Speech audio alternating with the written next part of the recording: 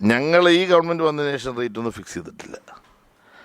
കഴിഞ്ഞ ഗവൺമെൻറ് കാലത്ത് ഈ അനധികൃതമായ മത്സ്യബന്ധനത്തിന് വേണ്ടി ശ്രമിക്കുന്നവരെ പിടിക്കുമ്പോൾ കടുത്ത തരത്തിലുള്ള ശിക്ഷ വേണമെന്നുള്ള നയം ഞങ്ങൾ സ്വീകരിച്ചു. അതിപ്പോൾ ആ നയത്തിൽ മാറ്റമില്ല. കാരണം ഉപയോഗിക്കാൻ പാടില്ലാത്ത വലകൾ ഉപയോഗിക്കുന്നു. നമ്മൾ ഒരു മത്സ്യം അതിൻ്റെ വളർച്ചയുടെ ഒരു ഘട്ടം പോലും എത്താതെ അതിൻ്റെ തുടക്കത്തിൽ തന്നെ പ്രത്യേകതരം വലകൾ ഉപയോഗിച്ചുകൊണ്ട് മീൻ പിടിക്കുന്നു. ലൈറ്റ് ഫിഷിംഗ് നടത്തുന്നു, നിരോധിക്കേണ്ട കാര്യമാണ്. അപ്പോൾ അങ്ങനെ പിടിച്ചുകൊണ്ട് വരുന്ന ബോട്ടുകളോ വള്ളങ്ങളോ പിടിച്ചാൽ 2-2.5 ലക്ഷം രൂപ പിഴ അടിക്കും. 2.5 ലക്ഷം രൂപ പിഴ അടിച്ചാലും ഞങ്ങൾ പിടിക്കുമെന്ന് പറഞ്ഞിട്ട് പോകുന്നവരുണ്ട്. പിന്നെ ഇത് പിടിച്ചുകൊണ്ട് വരുമ്പോൾ 2 ലക്ഷം അടിക്കുമ്പോൾ അത്രയും കിട്ടാത്തവരുണ്ട്. അവർക്ക് പ്രയാസം. ഒറ്റ കാര്യമുള്ളൂ, ഇത് പിടിക്കണ്ട.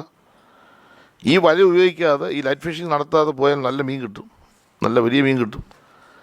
അത് പിടിച്ചുകൊണ്ടെങ്കിൽ വന്നു കഴിഞ്ഞാൽ പ്രശ്നമില്ല. പിന്നെ അവർ ഉന്നയിക്കുന്ന പ്രശ്നം ഇതിന് നീളമാണ്. ചില വള്ളങ്ങളുടെ നീളമുള്ള വള്ളത്തിന് ഇച്ചിരി കൂടുതലും നീളം ഇല്ലാത്തത് ഇച്ചിരി കുറവും. അത് നമുക്ക് നോക്കാം.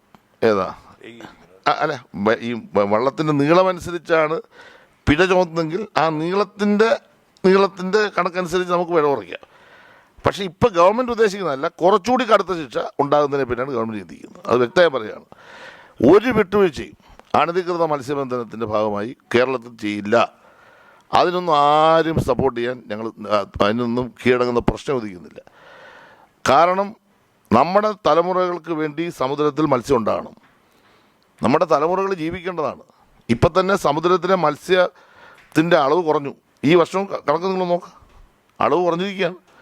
ഈ അളവ് കുറയുന്നതിൻ്റെ കാര്യം പാരിസ്ഥിതിക പ്രശ്നങ്ങളെല്ലാം ഉണ്ടെന്ന് വിചാരിച്ചു. എന്നാൽ പോലും അതിൻ്റെ മറ്റൊരു കാരണം അനധികൃതമായ ഈ മത്സ്യക്കുഞ്ഞുങ്ങളെ കൊന്നൊടുക്കലാണ്.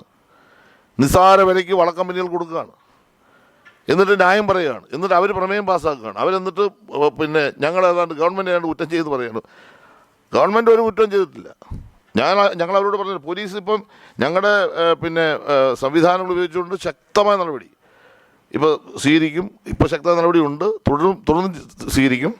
ഈ പറഞ്ഞതിനകത്ത് നീളത്തിൻ്റെ വ്യത്യാസത്തിൽ എന്തെങ്കിലും പിഴയുടെ കാര്യത്തിൽ കുറവോ കൂടുതലോ ഉണ്ടെന്ന് നമുക്ക് പരിശോധിക്കാം.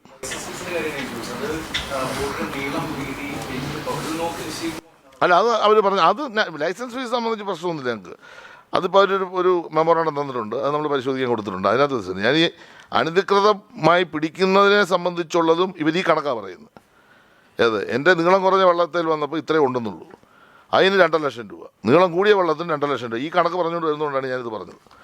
അതിലൊന്നും കുറയ്ക്കാനല്ല ഉദ്ദേശിക്കുന്നത്, അത് കൂടുതൽ ശാക്തീകരിക്കാനും ശക്തിപ്പെടുത്താനും തീരുമാനിക്കാൻ പോകുന്നത്.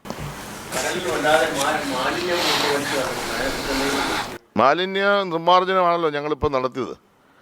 നമ്മുടെ തീരമേഖലയിൽ കടലിലും കിടന്ന പ്ലാസ്റ്റിക് മുഴുവൻ മാറ്റുന്നതിന് വേണ്ടി നമ്മളിപ്പോൾ ഒരു പ്രോജക്റ്റ് നടപ്പാക്കി. ഇപ്പോൾ ആദ്യമായി മറ്റേ ശുചിത്വസാഗരം സുന്ദരതീരം അത് വീണ്ടും തുടരാൻ പോവുകയാണ്.